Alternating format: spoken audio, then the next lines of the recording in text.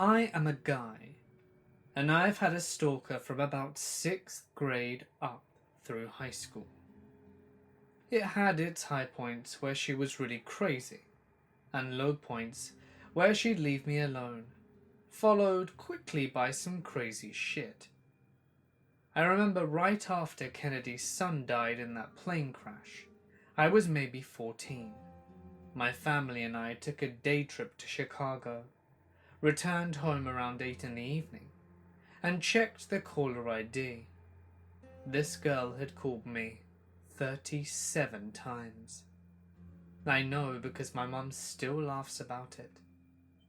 My mum called the number back and had a chat with her parents, who were like, "Yeah, she's a little bit crazy about your son. Good luck." So nothing really happened there. It ended up getting to the point that my mum had her number blocked. For you youngsters at the time in my very small town, that meant calling the phone company and asking them to block that certain number. It was kind of a big deal. She then resorted to calling from friends' houses and payphones. Freshman year of high school, she switched around her schedule as much as possible to be in the same classes as me. She even took German and tech classes, which were electives. Of course, she tried sitting by me and being assigned partners. After about a semester of this, my aunt, who was a teacher at the high school, had a quiet talk with the right people, who made sure she wouldn't be in the same class as me. 100% success rate there. But then she tried passing me notes all the time, to the point that I started throwing them in the trash in front of her, then refusing to take them at all. She then tried getting my friends to pass them along, which worked for a week or two. Then I told all my close friends to avoid contact as much as possible and not to take anything from her meant for me. That worked also. The weirdest thing was when we were old enough to get jobs, I mowed yards during the spring, summer and fall, but wanted to do something in the winter. So I got a job with the local outbound calling center. Sure enough, guess who started working there a week later? One evening I'm making calls when an older co-worker passes me a note with a bag full of yellow M&Ms, and the note said, "Each yellow M&M is a sexual favor. Save them, and I'd do whatever you want for one M&M." Being a 16 to 17-year-old stoner, I ate the M&Ms. Sure enough, a few weeks down the line, she sends me a note at work, via a co-worker, that essentially said, "When are you gonna turn in your yellow M&Ms? I was pissed. I'd had enough, you know. I made about 3 or 4 more calls when I got another note with just question mark. I finished the call I was on, shut off my call thing and took my headphones off, stood up and yelled in front of 70 to 80 people, "Julie, I'm not turning in your M&Ms for favors. You've been bothering me for years and I'm tired of it. Leave me alone." She left in tears. I had to explain it to my super cool boss, like boss by the way, what the outburst was about. He closed the door to his office, opened the shades and started yelling random bullshit to look like he was ripping me a new one. Then he wrote me up, after telling me it was going in the trash, and gave me a 25 cents an hour raise. It took an outburst, but she left me the hell alone after that. I was stalked by my grandmother after my parents died. She is, or was, a pretty nasty piece of work. Abusive to my mother as a child, deeply narcissistic, and spent most of her life as a petty criminal. I cut her off as soon as my mother died, because I wanted nothing to do with my horrible criminal family. But she was determined that I wasn't going to be getting away that easily. She thought that as her granddaughter, it should be my job to take over the relentless emotional labor my mother did for her. So I should be the one to take care of her in her old age. Also, she was convinced that since my parents had actual jobs, they must have left me a massive inheritance, and she wanted to sponge off me. It started with phone calls all the time, upwards of 5 times a day, from early mornings into the small hours. Caller ID was yet to become a thing, so I had to screen all my calls. She would turn up at my house with my mum's half-brother in tow. He was a drug dealer and housebreaker, an unmedicated schizophrenic who had done time for armed robbery, so I was really concerned that one day he would simply force his way into my home with my grandmother and do me harm. On more than one occasion, they spotted me on the street and followed me in their car until I managed to lose them. For a long time, I couldn't escape the situation. I was living in my dead parents' house and couldn't sell it. I was 21 and had spent a couple of years dealing with my parents' illness and deaths, so I didn't have a steady income or guarantors that would allow me to rent, and didn't have any friends close enough to stay with, and family wasn't an option since they were the ones I needed to escape from. All I could do was stay put and hope for the best. When the estate was finally settled, and I was in a position to sell the house and move, I changed all my contact details, went ex-directory, opted out of the printed electoral register, and generally tried hard to disappear. More than a decade later, I still worry that someday they'll find me, and they'll harm me, or worse, harm my husband or my cat. I wouldn't be the first family member to get hurt for trying to ghost. Whenever I visit my parents' grave, I am hypervigilant in case my gran is around and sees me. Of course, my grandmother might be dead by now, so I could be worrying about nothing, but I've no way of actually knowing, because the woman used so many aliases through her life that I don't actually know her real name. I know she claimed the name she used on her wedding certificate to my granddad, and my mum's birth certificate was a lie. I also know that she lied about her age to the extent where her own children never knew the year of her birth. With no real name and no year of birth, I can't search obituaries for her, so I have to assume she's still out there, and still as vicious and persistent as she once was, and act accordingly. Say what you will, but my stalker is my dad. I have never not been afraid to be alone with him. He is the skeeziest liar and manipulator I have ever met. He lies to get his way.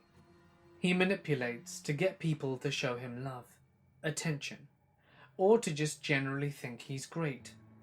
I've got no contact with him a few times, and I'm currently trying no contact again. A couple of stories stand out, of which there are endless. He was staying with me when I was 16.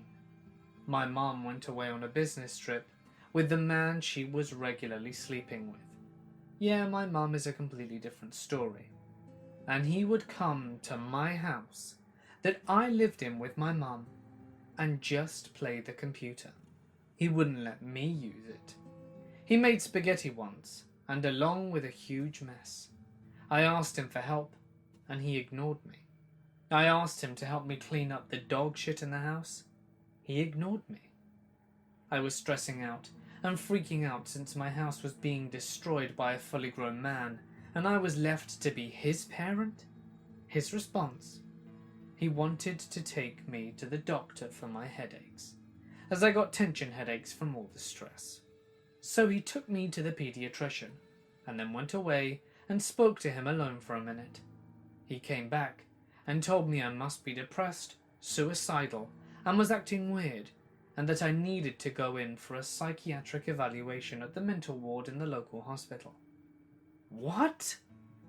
People were in there hallucinating and shitting themselves, and I'm thinking I smoked pot once, but I'm not that bad. At the end of this psychiatric evaluation, I told the therapist what was really going on, how he lied, how he's not really taking care of me. And the therapist is like, he is probably trying to control you by trying to put you in a mental institution. But we can take you away and put you in a special home, or you can go home with him and try to deal with it yourself.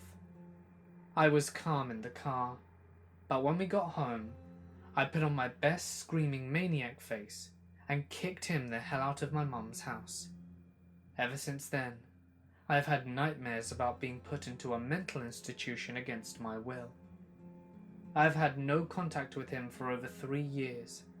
He calls regularly, and I don't answer strange numbers, sends emails, and sometimes little gifts that have a tendency to say, "Screw you for not talking to me," written all over them.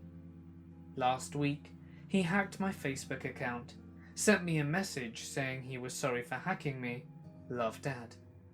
I figured out he went into my account, sent himself a friend request, and then sent me a message.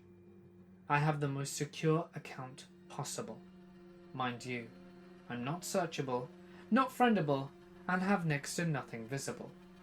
Due to the threats of him telling me he always has ways of finding me if he wants to, I try and have ways of completely hiding if I want to as well.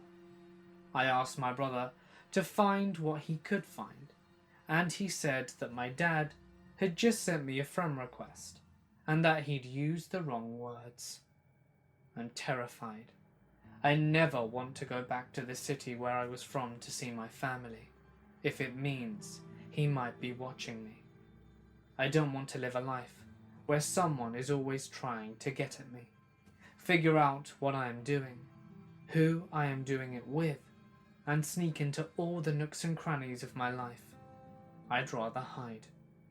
If I want you in my life, I will share those things with you when I am comfortable with you, not when I am terrified.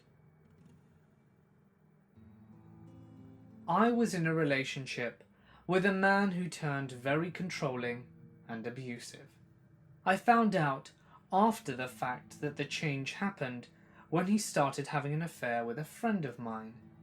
But after it escalated and culminated in a physical assault, where he threw me down and tried to strangle me to death, I dumped him and ran like the wind.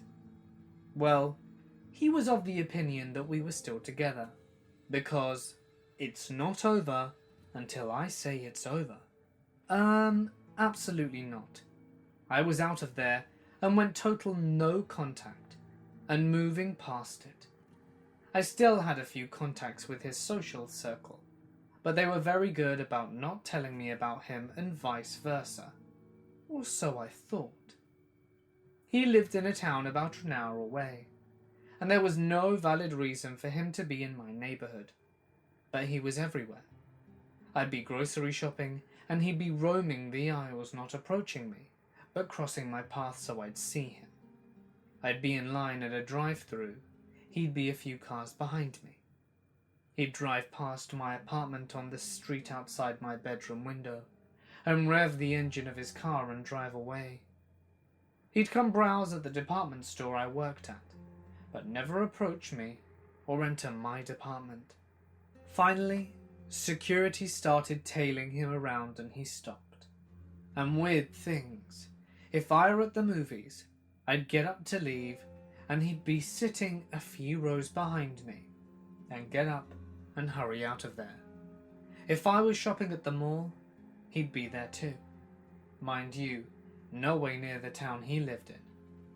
If I was at some kind of event, he would show up, stare at me, and leave. He never approached me, never threatened me, just made his presence known. I started dating my now husband, and it escalated some in terms of frequency, and he was spotted on my apartment complex grounds a few times, but never approached me. I spoke to the police and an attorney. Nothing I could do. He was legally in public places and made no threats, and the landlord never managed to catch him on the property. I ended up moving away for a while and cut ties with all but my very close friends, and he stopped showing up around me. He also got into some legal trouble and laid low, and that was it. He was gone. Turns out that the friend he had been cheating on me with was giving him information about where I'd be, what my plans were, what my schedules were, and I found this out when it blew up in her face, and her husband found her secret online blog and told me. She considered my ex her dom, and fed him information about to please him. After her husband divorced her, she tried to mend fences with me. Seriously, she thought we could be friends? Anyway, I ran into him at a huge festival while I was with my husband. My husband went to get drinks, and my ex came over to introduce and show off his barely legal new girlfriend, who he said was his slave. I don't know if he was trying to make me jealous or what, but it was just awkward and creepy. My husband came back with the drinks, and my ex took off fast. I never saw or heard from him again. Years later, I met a woman who had been in a BDSM relationship with him while he was on the run for a criminal charge, and said he was brutally abusive towards her. That was his scam for a while. He'd find young, mentally disturbed and troubled women in the BDSM scene and try to control and abuse them. I've had a few stalkers. Here are the ones I remember being most prominent. The first started when I was in middle school. There was a kid who was a bit awkward, so didn't have many friends. I was often grouped together with him, so I was friendly and would strike up conversation about whatever. Well, one day he was flicking through pictures on his camera, and I happened to glance over and notice he was looking at a picture of my house. I called him out on it, to which he responded with, "Oh, this is your house? I just liked the star." I brushed it off. Fast forward a few years later in high school, this kid is up my arse constantly talking to me. To be honest, I didn't really mind. He wasn't being creepy at the time. He'd just talk about video games and trying to learn how to draw. I had completely forgotten about him taking pictures of my house.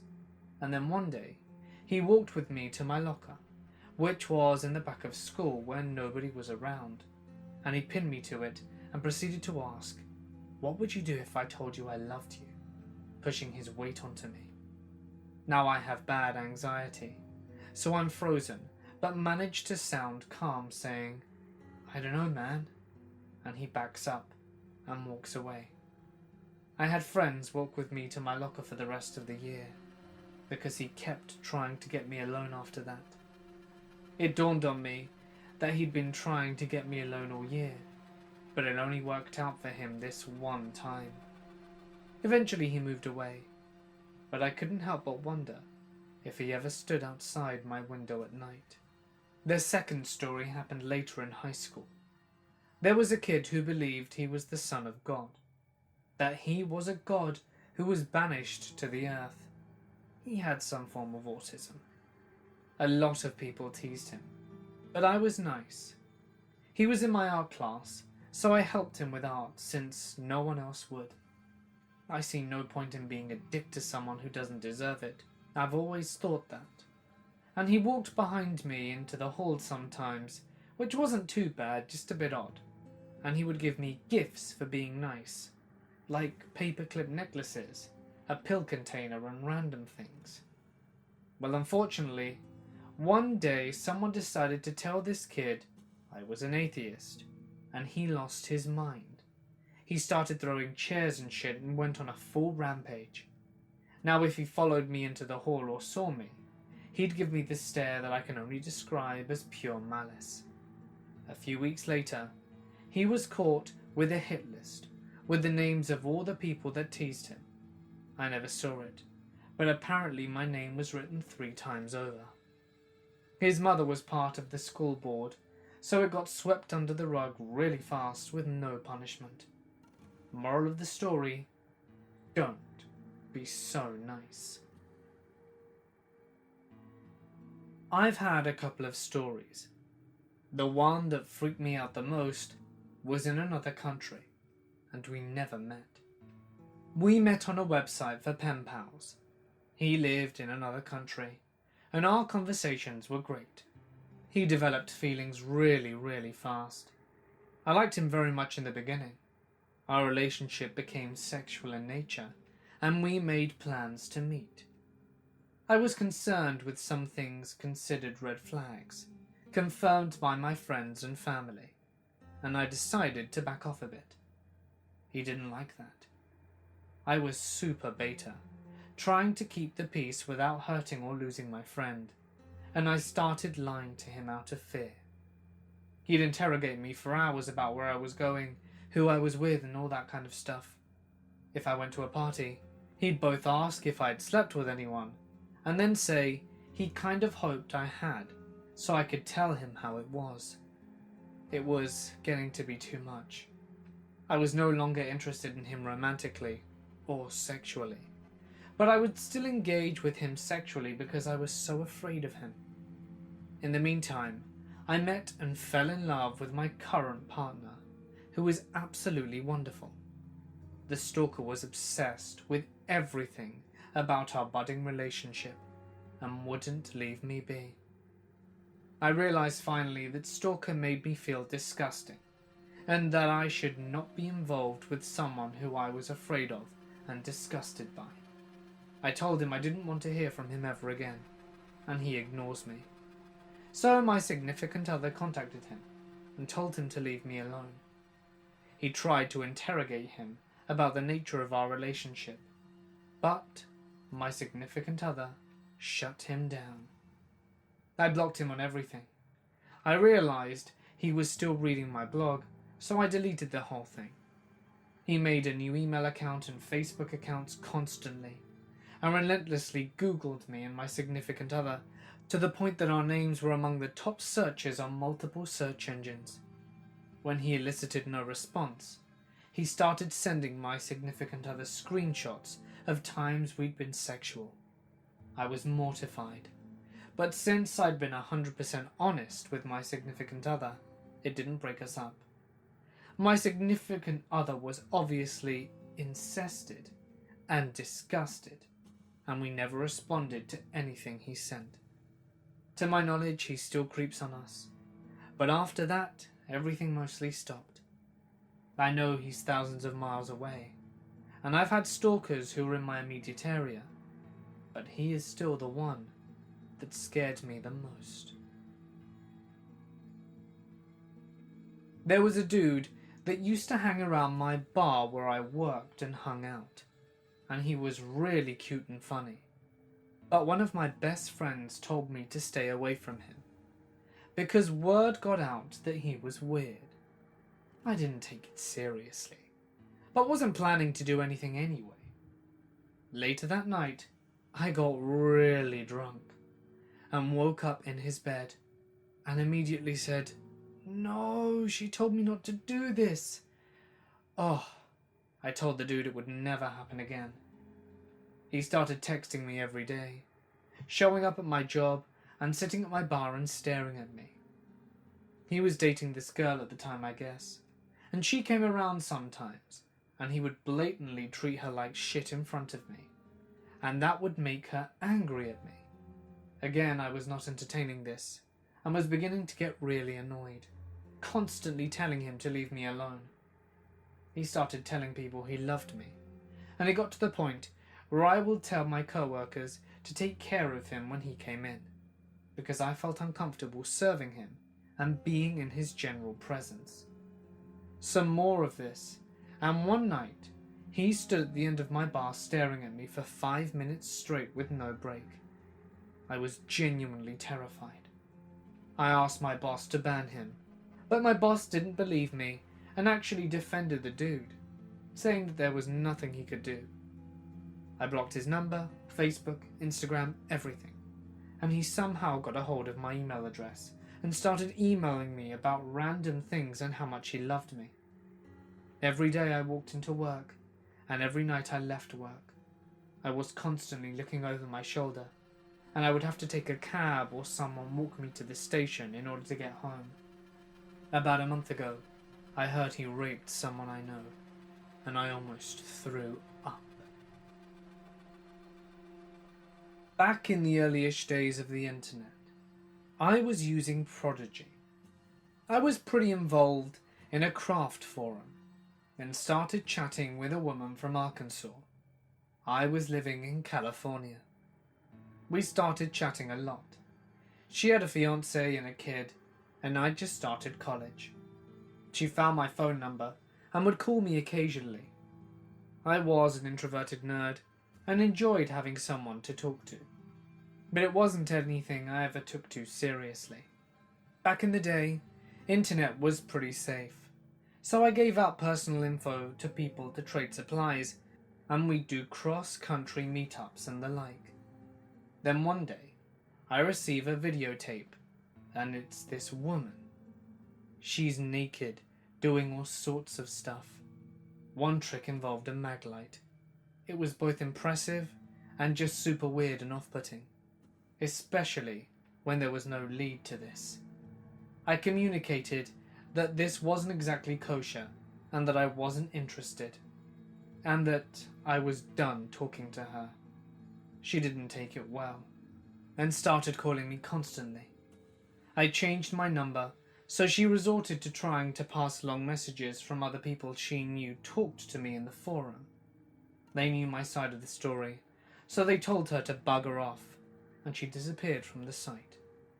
A few months go by, and I come home from class, and there she is, sitting on my front porch. I don't even listen to what she has to say.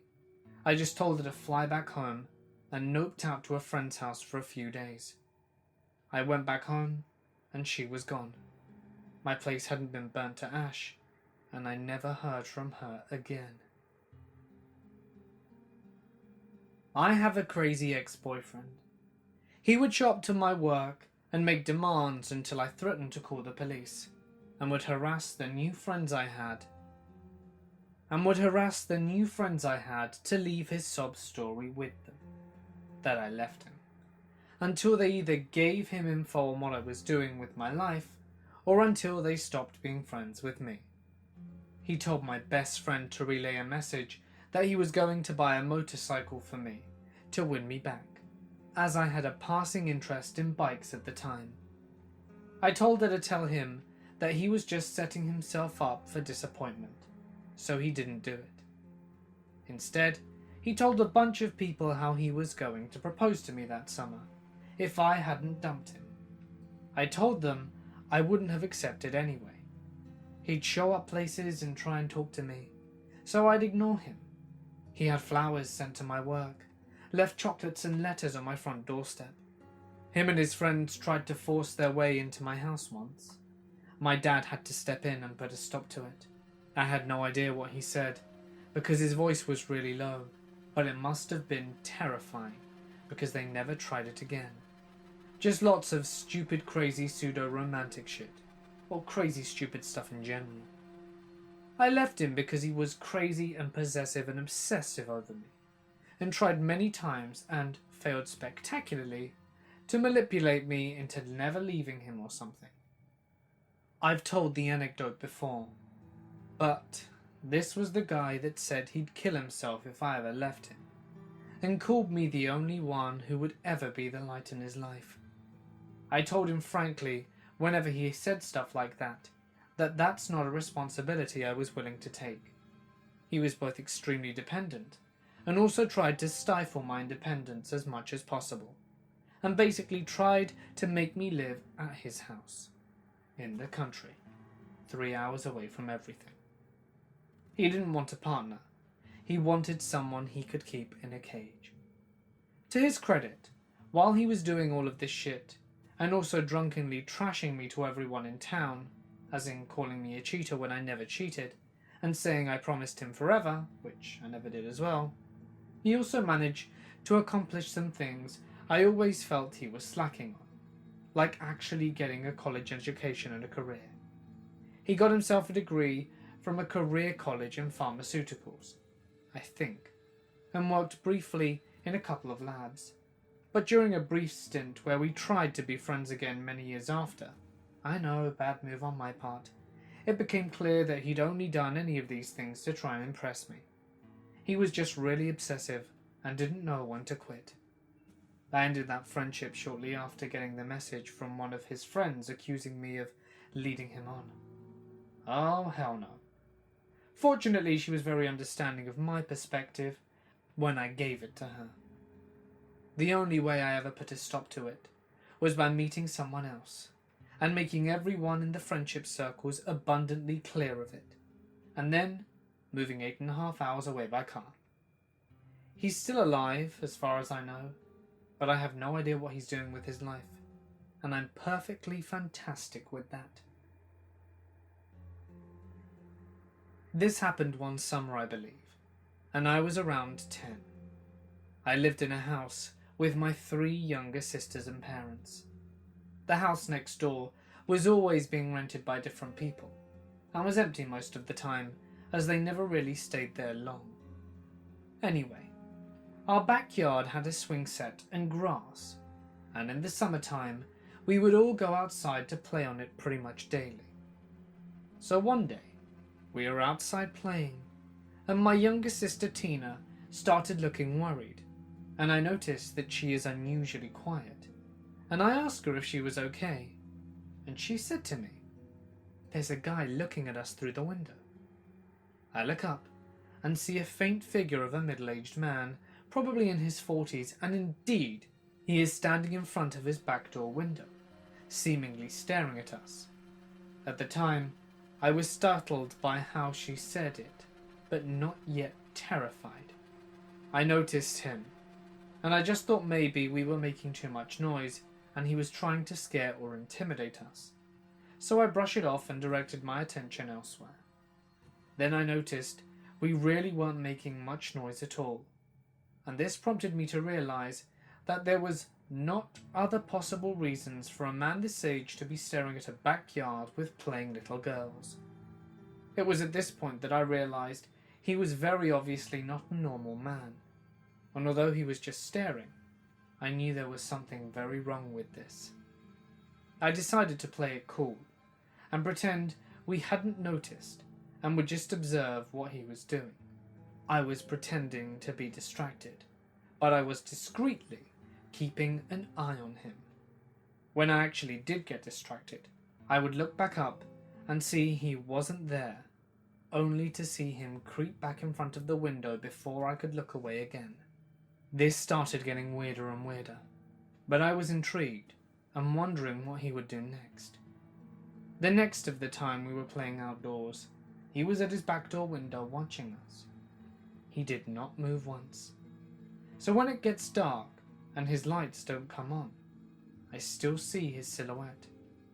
I notice he's still just there in the darkness, hiding, but I can still see him.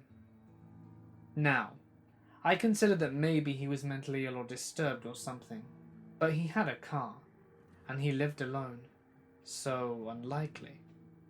I didn't know what to think. I mean, it's not a crime to stare, no matter how creepy you look. But he didn't try talking to us. He didn't try luring us with puppies or candies. He just stared. I began watching him again. He'd come back, leave, and come right back. The lights in his place never came on, but there was a point where he finally brought a flashlight and was shining it under his face, in a way someone would when telling scary campfire stories. I'm shocked. What the hell? So I continue watching him, get distracted, and then look back up and see he's not there anymore. So I'm waiting for him to return to the window, and he doesn't. So I'm thinking that maybe the creeper went to sleep. Thank God.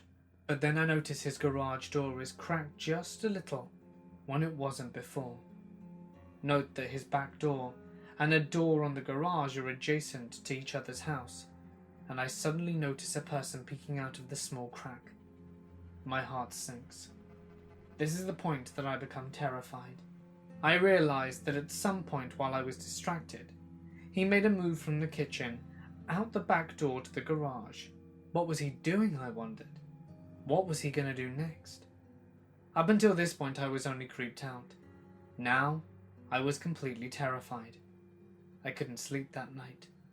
So the next day comes around and one of my cousins is over at the house, and I tell her what happened, and we go outside to look for him. But I notice he isn't home, and I'm relieved when I didn't notice him at the window. So I relax and start to feel less weirded out.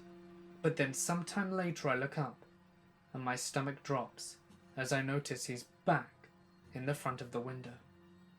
This time he's shirtless, and a while later I look up and catch a glimpse of the guy darting out of the garage into the back door. But what's worse, he looked naked. I tell my cousin, and she couldn't believe it. I'm slowly becoming panicked, and over the next hour I try not to look in the direction of his window. A few more times I catch glimpses of him through the window, only to see him peeking out the garage a short while after. It seemed like he was getting closer and closer. After seeing him move from the kitchen to garage and the garage to the kitchen, we call it a night and go inside. Once safe, I try to rationalize what I'd just seen.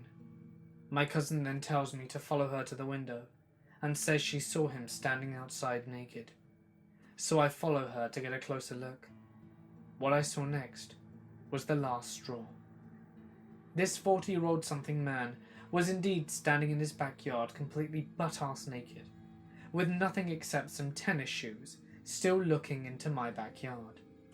We run to tell my mum, and it's at this time my dad had just returned from work. They're in disbelief, and my father was livid.